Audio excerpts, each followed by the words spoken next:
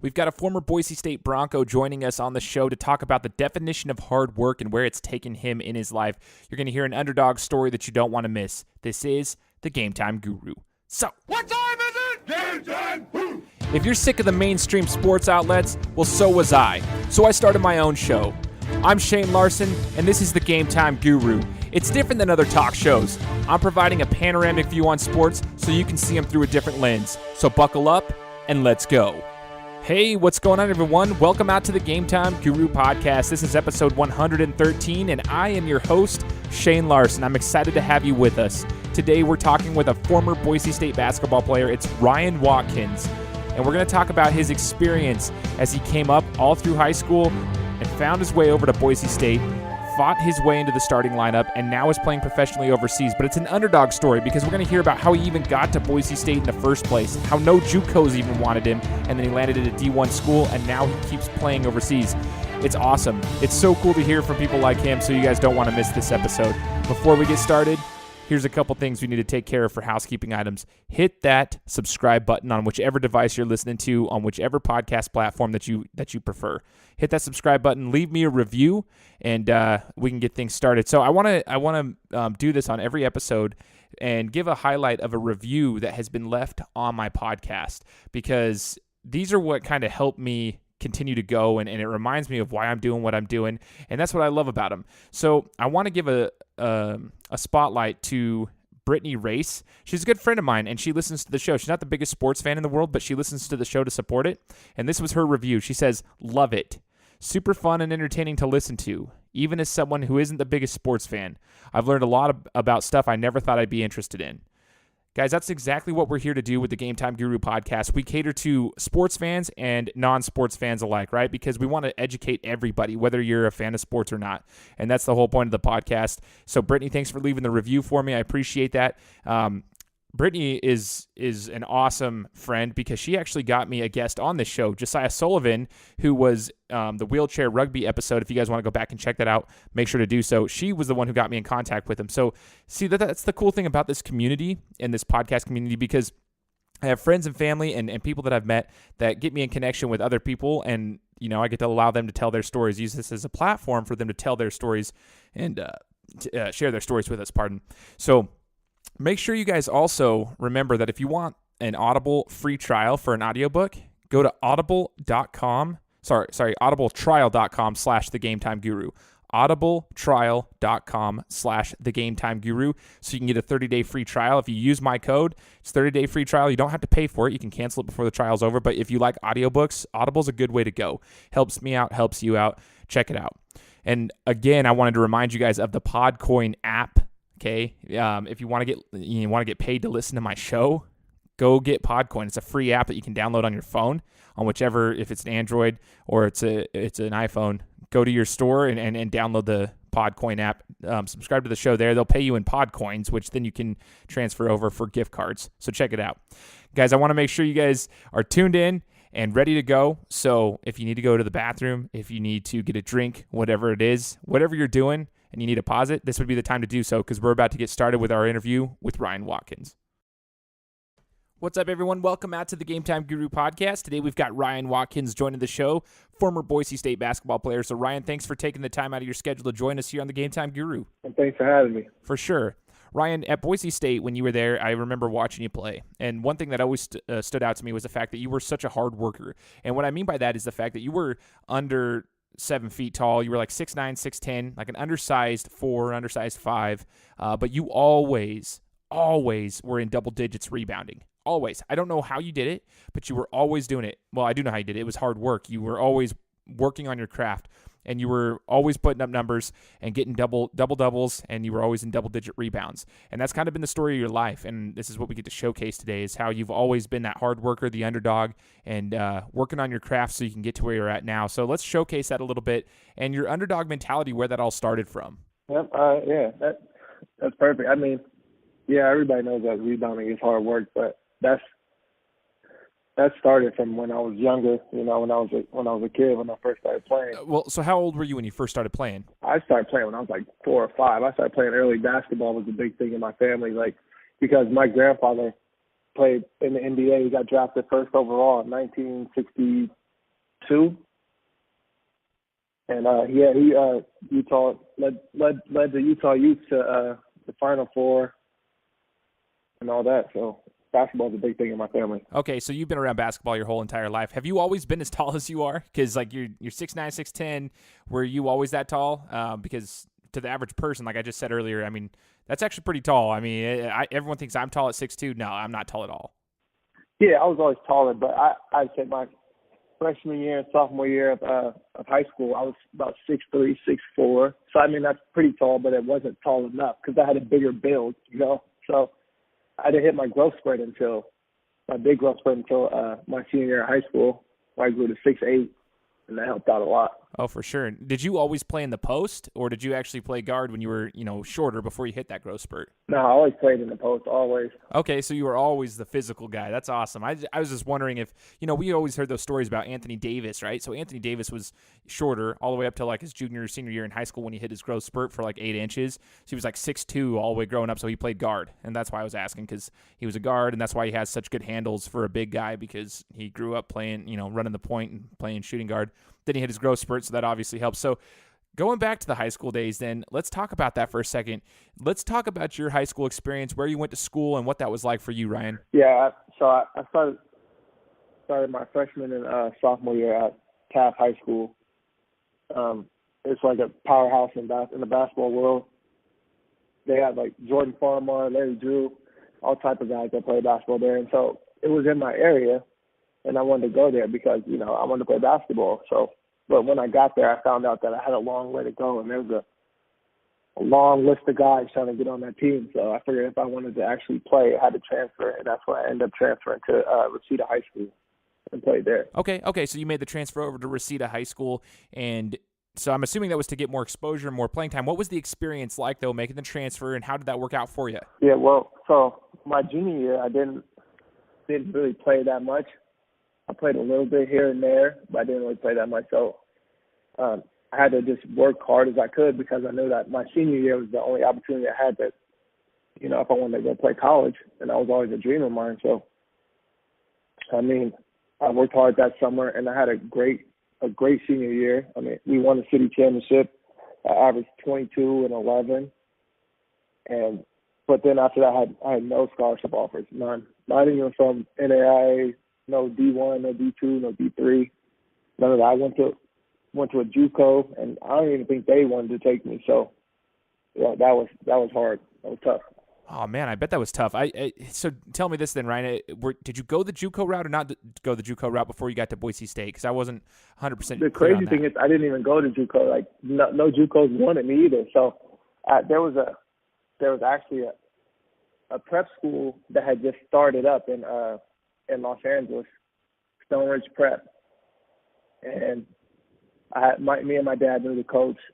So like I ended up going there, but it was so hit or miss. Like we played like 10 or 15 games, but on our team we had Ennis Cantor, and it was crazy to see him at a young age. I mean, coaches from everywhere flying in to see us practice because, he ended up being the third pick overall, and he didn't even play one game in college.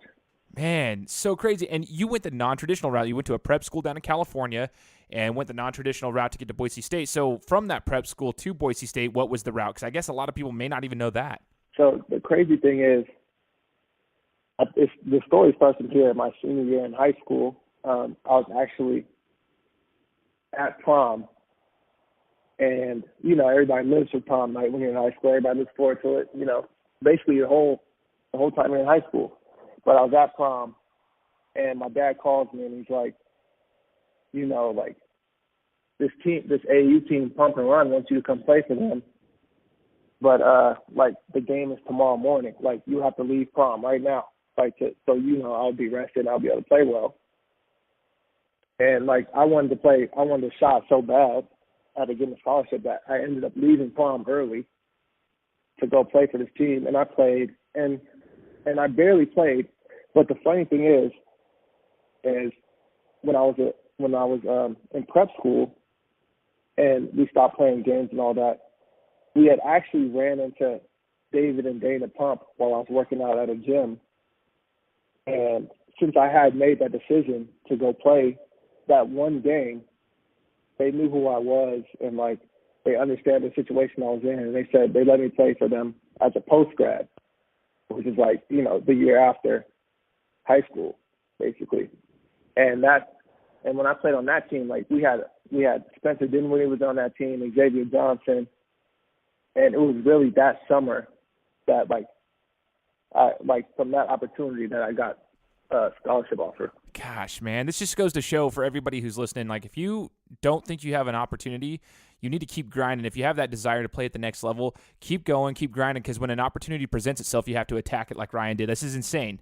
So, you know, Ryan, explain how you got to Boise State and then what your experience was like as a Boise State Bronco. Yeah, well, that leading up to that summer, we had won the Super 64 in Vegas, and after that, like I had some good offers. You know, I had like Boston College, Northwestern, and Boise State, of course.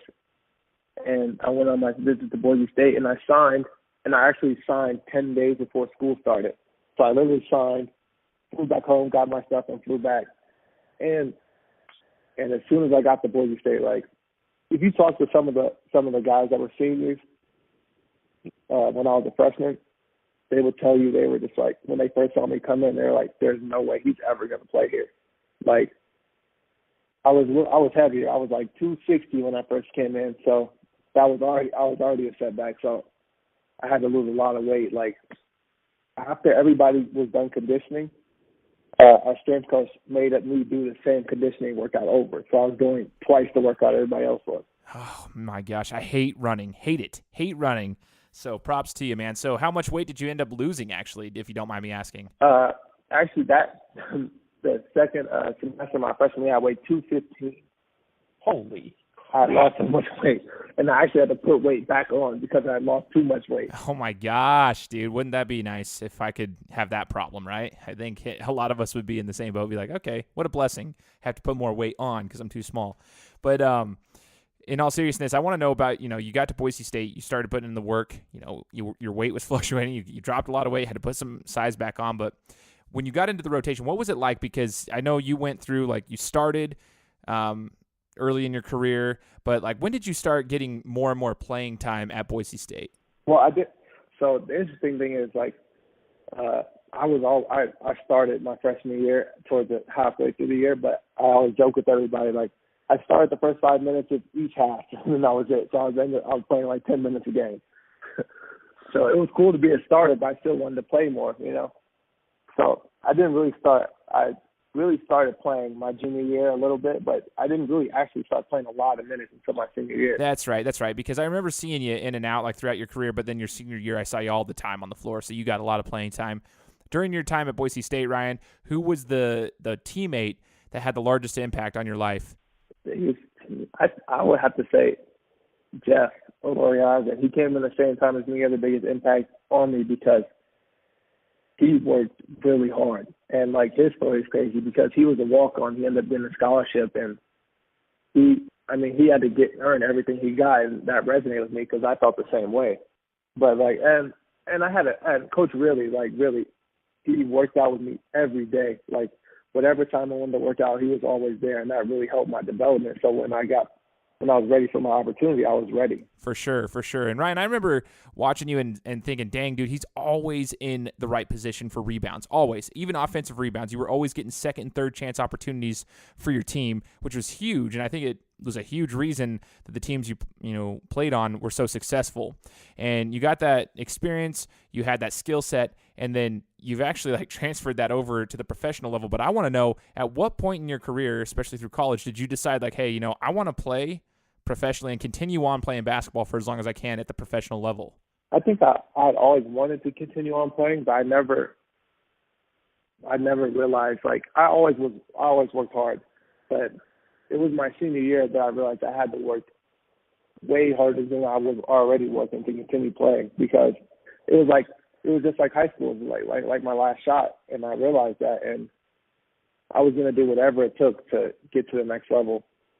And like every game, that's why I changed my number to 0, because every game I felt like I had to prove myself over and over, because I wasn't the most athletic, I wasn't the fastest guy, and so I just had to prove that I could play and I could make an impact on the game however I could. Interesting, man. That's awesome. And Ryan, I remember about 3 years ago, you had just left overseas, and I think the Statesman published an article. I could be wrong, but I thought it was about 3 years ago, and it was about you playing in Hungary. And you had mentioned in that article how physical, the physicality of the game over there, how it was tough to adapt to. So, I mean, I want to talk about that for a second. What was it like going over to Hungary? What was the game like and having to adjust to their style of play? It's European basketball. Talk about that for a second. Yeah, it was. Yeah, it was a lot more physical. I had to adjust to the game pretty quickly because we had a lot of big guys on our team, and they were just the way they called the game was different.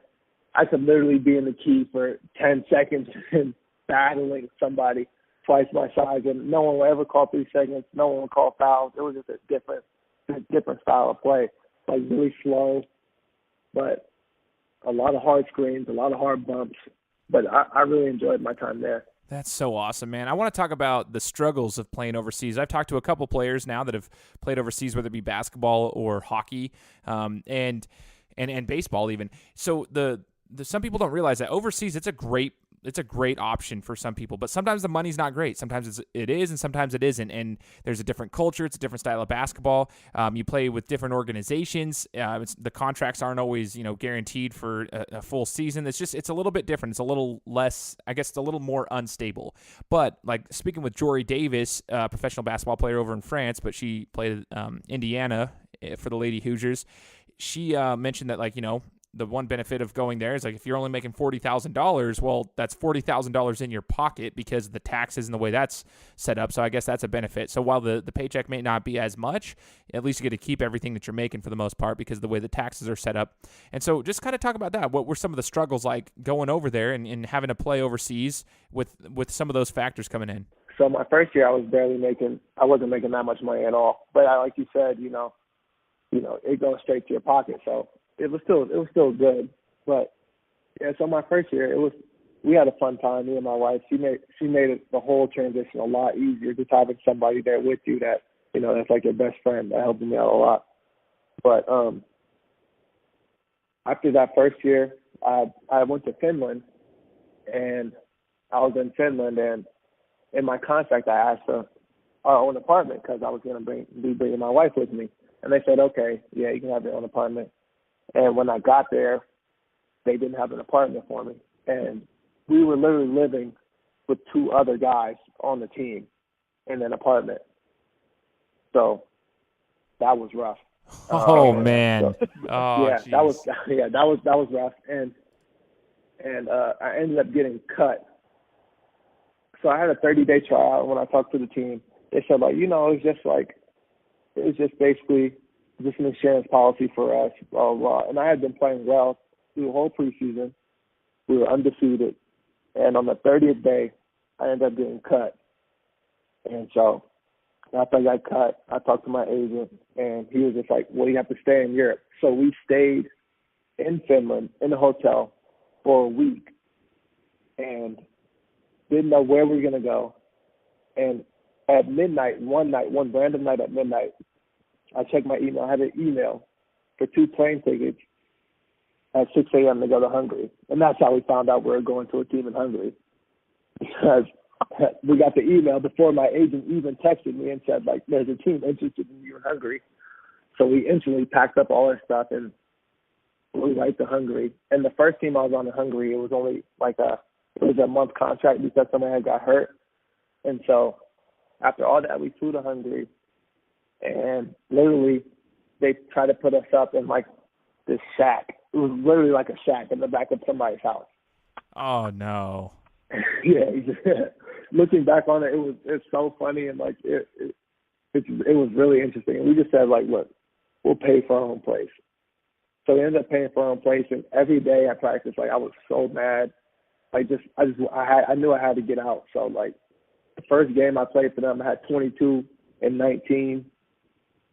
And I played 5 games. I averaged 17 and 10, and ended up moving to the best team in Hungary at the end of the month. So, which was way different. Way different how? Tell me about the difference there.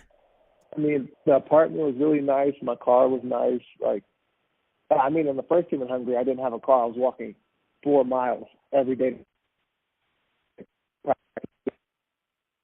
walking back and forth every day.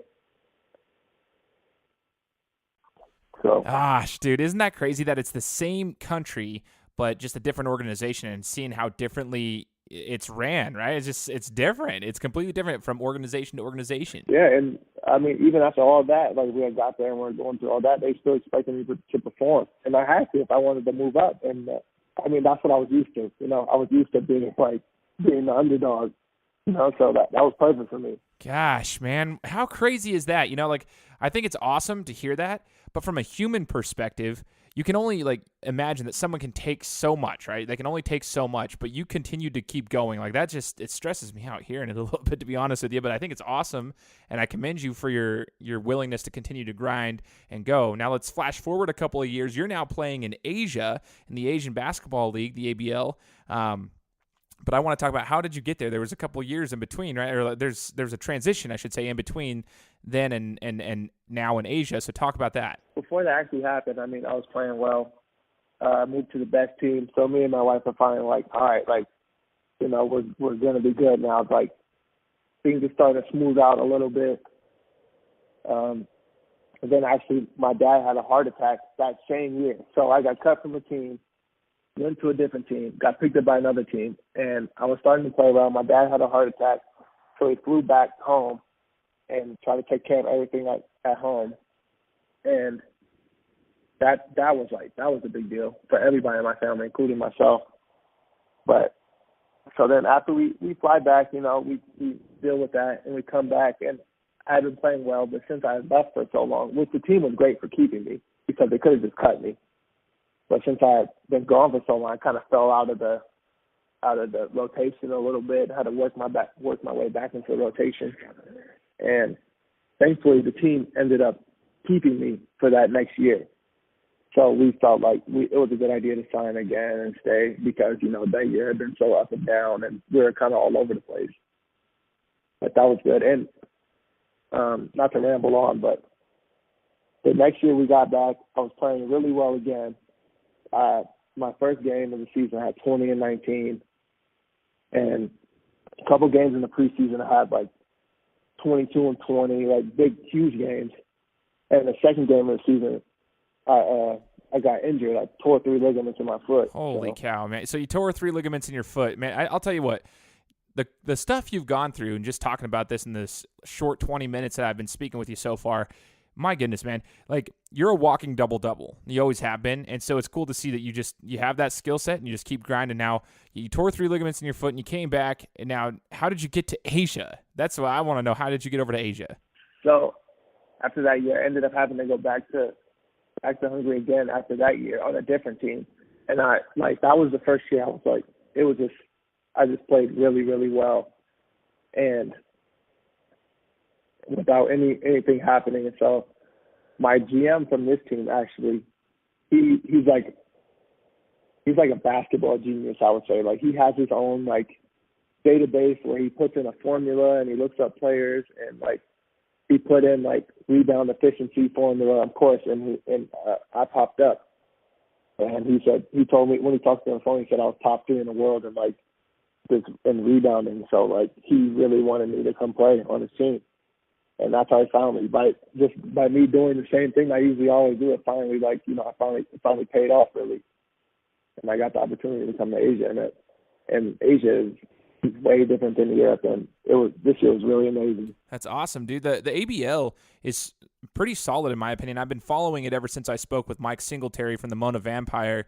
He was a former Texas Tech Red Raider, and he was on my show, talked about it. So I've been kind of following that league. I always saw your name pop up on the Instagram highlights and stuff, and you're seeing you're shooting, you're getting boards, you're doing all your thing, and you're dominating over there. It's awesome to watch. You're playing your game. But from my perspective, it actually seems like it's good basketball in the ABL. Like, it's highly competitive basketball, and it's more Americanized. It's not as European style. It's closer to the American game, at least from my perspective. So can you kind of talk about the league for a second? No, it's definitely more like American style play, and I feel like the game is more fast paced, and as you only get 3 imports, so as an import, you have to do a lot of the heavy lifting, so. I averaged a lot of minutes this year, and it was fun because you actually get to play and you get to showcase what you've been working on, yeah, like in the summer, it's like you actually get to do it if you're efficient at it. So I love that. And the league was really competitive. I mean, you had a lot of great imports. Like you said, Mike Singletary, he's a great player. Like, and you had guys like Ronaldo Balkman, PJ Ramos, like a lot of good players that played in that league. So it was really fun. And I also saw that you extended your range a little bit, Ryan. You're shooting threes now. What's up with that? I think I fully transitioned into stretch five. I shot 37% from three this year, and I took a lot of threes. So, like, I mean, I had to make that transition in order to stay alive in the game. And I figured that if I can make the three and rebound as well as I do, like, it can only mean better things for me because the game is changing. It already has changed. For sure, it has changed. And I reference this all the time in my show, man. I always talk about workers. And what I mean by that is I use the example of Blake Griffin and Dwight Howard. Blake Griffin, when he came into the league, high flyer, could finish at the rim, could dribble, he's flashy, very athletic. And Dwight Howard could always finish at the rim. He was a great defender around the basket, everything, okay? But the game continued to evolve, and they had a choice. You know, Blake Griffin said, I've got to extend my range. Like, I've got to extend my game or else I'm not going to be able to last in this league. Like, athleticism is not going to get it all that I need, you know? And so he extended it. Now you can see Blake Griffin, he shoots pretty consistently from anywhere between 15, 20, 25 feet, whereas before you would brick it. Well, Dwight Howard never adapted to that style. He never developed a jump shot. He never developed anything within, with outside of 5 feet of the basket. And that's why you see Blake Griffin still playing at the level that he's playing, and Dwight Howard has kind of just declined, and because he never developed with the game and he never evolved. Yep. Yeah. That's a great example. That is a great example. Well, you're doing exactly what I was talking about, though. You evolved, like you developed your game, continued to adapt to the new style of play, and continue to dominate. So you're not only, playing basketball, you're competing at a very high level still. So I want to know, Ryan, what do you intend on doing moving forward? Are you going to continue to try to play professionally?